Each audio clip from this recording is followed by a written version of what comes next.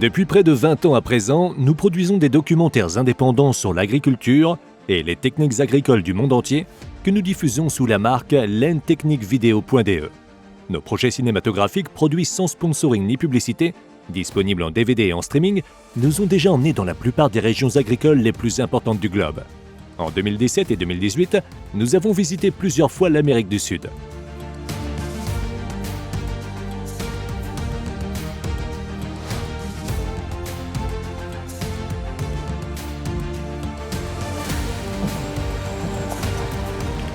Nous avons pu ainsi tourner une série de films de près de 5 heures sur l'agriculture en Amérique du Sud, qui présente les procédés de production agricole de différents agriculteurs et entrepreneurs du Brésil, du Chili et de l'Argentine. Un projet de film aussi exhaustif et informatif sur l'économie agricole en Amérique du Sud n'avait encore jamais été réalisé.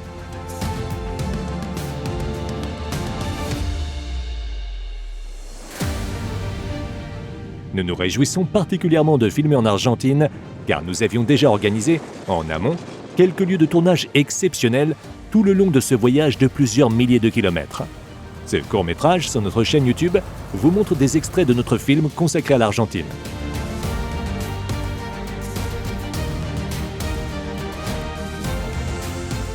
Un tiers des 44 millions d'habitants de l'Argentine habitent au sein ou autour de Buenos Aires. Pour notre tournage, fin mars 2017, la capitale a également été le point de départ d'un voyage plein d'aventures. À 6 heures de route vers le nord, nous avons pu découvrir de grandes fermes bovines, avec des pâturages extensifs et des dizaines de milliers d'animaux, et avoir un aperçu de la récolte du riz.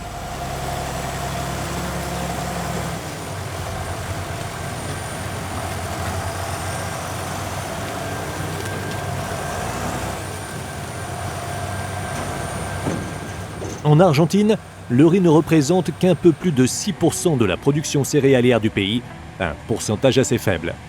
Une grande partie de la récolte est exportée à l'étranger. Dans tout le pays, moins de 500 agriculteurs sont cultivateurs de riz. Parmi eux, on trouve toutefois quelques exploitations titanesques.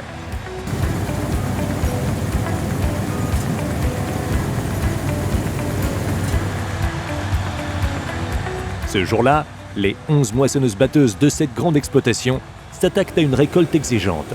La première équipe, que nous avons devant nos caméras, intègre 5 nouvelles classes Lexion. 6 autres, pour la plupart des John Deere plus anciennes, se trouvaient à moins de 2 km. Les précipitations annuelles dans cette région s'élèvent à 1500 mm. Notre voyage en Argentine a aussi été affecté par la pluie, qui nous a fait perdre plusieurs jours de tournage. La récolte du riz s'étend normalement sur une période de 2 mois, mais les conditions météorologiques apportent régulièrement des interruptions durant celle-ci.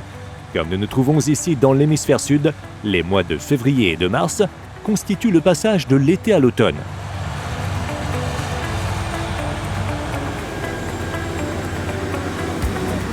C'est la première fois que nous filmons une récolte de riz. C'est un travail très exigeant pour les travailleurs et le matériel.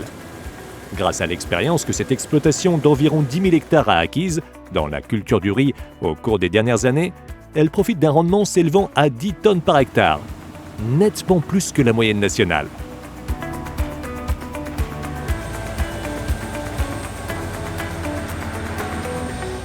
Mais l'un des thèmes majeurs de ce projet de film devait être la récolte du maïs. L'Argentine est le 2e pays exportateur de maïs grain au monde. À 3 heures de route à l'ouest de Buenos Aires, le maïs est principalement haché et ensilé car de nombreuses exploitations laitières se trouvent dans cette région. Les récoltes sont souvent confiées à des entrepreneurs de travaux agricoles.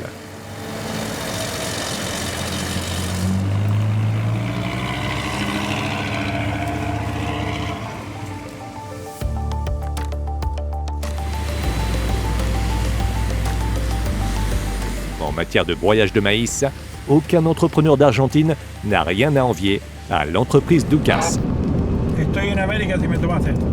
Le fondateur de l'entreprise, Patricio, a commencé à travailler avec une ensileuse en Californie dans les années 70 en tant que travailleur saisonnier. Plus tard, il a importé l'une des premières ensileuses d'occasion en Argentine et commencé à développer son entreprise de travaux agricoles. Sa flotte compte aujourd'hui 5 classes Jaguar, dont une Jaguar 980 de 830 chevaux.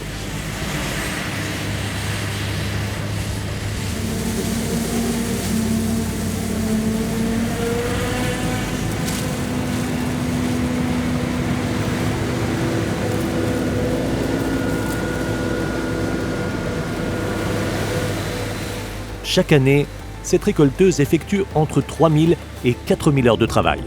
Inimaginable pour des agriculteurs européens. Pour se rendre chez son client le plus éloigné, l'équipe de Ducasse doit parcourir 1500 km. Pendant la saison, 2 camions équipés de remorques surbaissées transportent en permanence les ensileuses et tracteurs-tasseurs entre les clients les plus éloignés.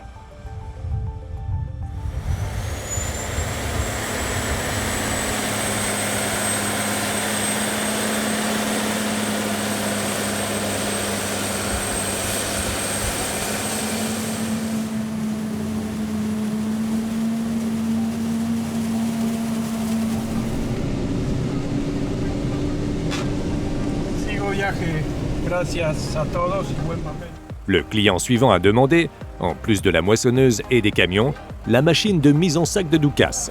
À notre arrivée, la machine du fabricant argentin Greenpack venait de changer d'équipement après le remplissage complet d'un des sacs d'ensilage. Les sacs en tube sont remplis sur une longueur de 65 à 100 mètres. 3 tonnes d'ensilage de maïs sont stockées dans chaque mètre de tube étirable.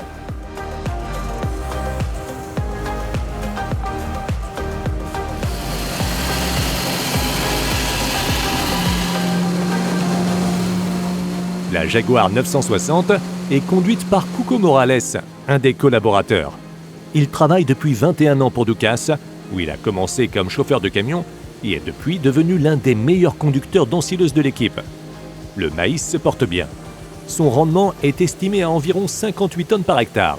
Rien d'étonnant à cela, avec une pluviométrie de 1000 mm par an, les conditions sont optimales pour la culture de maïs.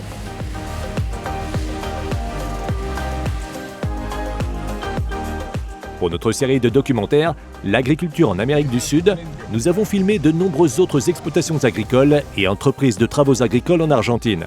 Notre documentaire en 3 parties est disponible en DVD sur notre boutique en ligne et en streaming vidéo 4K haute résolution sur www.farmworld.tv. Nous vous souhaitons un bon visionnage et vous remercions pour le soutien indéfectible que vous portez à notre travail cinématographique.